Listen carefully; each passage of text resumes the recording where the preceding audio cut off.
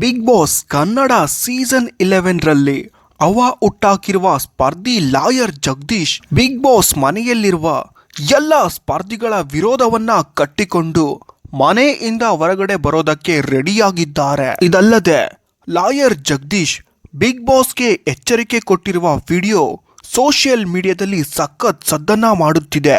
ಈ ಮಧ್ಯ ಲಾಯರ್ ಜಗದೀಶ್ ಬಗ್ಗೆ ಮಾಜಿ ಬಿಗ್ ಬಾಸ್ ಸ್ಪರ್ಧಿ ಪ್ರಶಾಂತ್ ಸಂಬರ್ಗಿ ತಮ್ಮ ಫೇಸ್ಬುಕ್ ಖಾತೆಯಲ್ಲಿ ಒಂದು ದೊಡ್ಡ ಬಾಂಬ್ ಅನ್ನ ಸಿಡಿಸಿದ್ದಾರೆ. ಹೌದು ವೀಕ್ಷಕರೇ, ಸಾಮಾಜಿಕ ಹೋರಾಟಗಾರ ಹಾಗೂ ಮಾಜಿ ಬಿಗ್ ಬಾಸ್ ಸ್ಪರ್ಧಿ ಲಾಯರ್ ಜಗದೀಶ್ ಬಗ್ಗೆ ದಾಖಲೆಯೊಂದನ್ನ ಬಿಡುಗಡೆ ಮಾಡಿದ್ದು ಅವರ ಕಾನೂನು ಪದವಿ ಕ್ಯಾನ್ಸಲ್ ಆಗಿದೆ ಎಂದು ಪೋಸ್ಟ್ ಮಾಡಿದ್ದಾರೆ.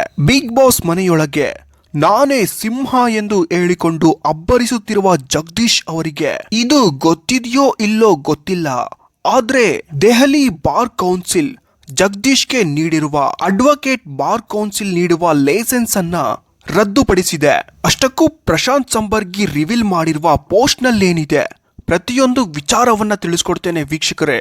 ಅದಕ್ಕೂ ಮುನ್ನ ನೀವಿನ್ನೂ ನಮ್ಮ ಚಾನಲ್ ಅನ್ನ ಸಬ್ಸ್ಕ್ರೈಬ್ ಆಗಿಲ್ಲ ಅಂದ್ರೆ ಈ ಕೂಡಲೇ ಸಬ್ಸ್ಕ್ರೈಬ್ ಆಗಿ.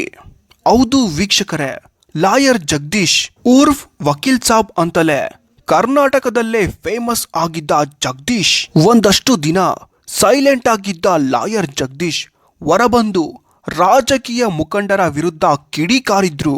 ತಮ್ಮ ಬಂಡವಾಳವನ್ನ ಹೊರ ಹಾಕುತ್ತೇನೆ ಎಂದು ಅಬ್ಬರಿಸಿದ್ರು. ದರ್ಶನ್ ಪರ ಬ್ಯಾಟ್ ಬೀಸಿದ್ರು. ಮುನಿರತ್ನಂ ವಿರುದ್ಧ ತಿರುಗಿ ಬಿದ್ದಿದ್ರು.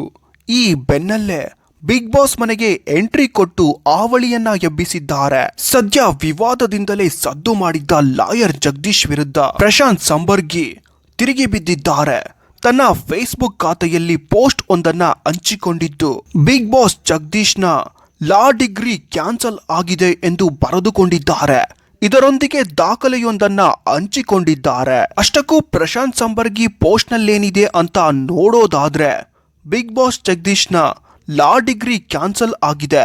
ಆತನ ಸೆಕೆಂಡ್ PUC ಮಾರ್ಕ್ಸ್ ಕಾರ್ಡ್ ನಕಲಿ ಆಗಿರೋದ್ರಿಂದ ನಂತರದ ಡಿಗ್ರಿಗಳು ಅಂದ್ರೆ ಕಾನೂನು ಡಿಗ್ರಿ ಸೇರಿ ಮಾನ್ಯವಲ್ಲದಾದ್ದರಿಂದ ಆತನ ಸದ್ದನ್ನ ವಾಪಸ್ ಕೋರುವಂತೆ ಬಾರ್ ಕೌನ್ಸಿಲ್ ಆದೇಶ ನೀಡಿದೆ ಎಂದು ಪ್ರಶಾಂತ್ ಸಂಬರ್ಗಿ ಫೇಸ್ಬುಕ್ ಖಾತೆಯಲ್ಲಿ ಬರೆದುಕೊಂಡಿದ್ದಾರೆ. ಈ ಪೋಸ್ಟ್ ಆಧಾರದ ಮೇಲೆ ಹೇಳೋದಾದ್ರೆ ಲಾಯರ್ ಜಗದೀಶ್ ನಕಲಿ PUC ಅಂಕಪಟ್ಟಿಯನ್ನ ಸೃಷ್ಟಿಸಿದ್ದಾರೆ.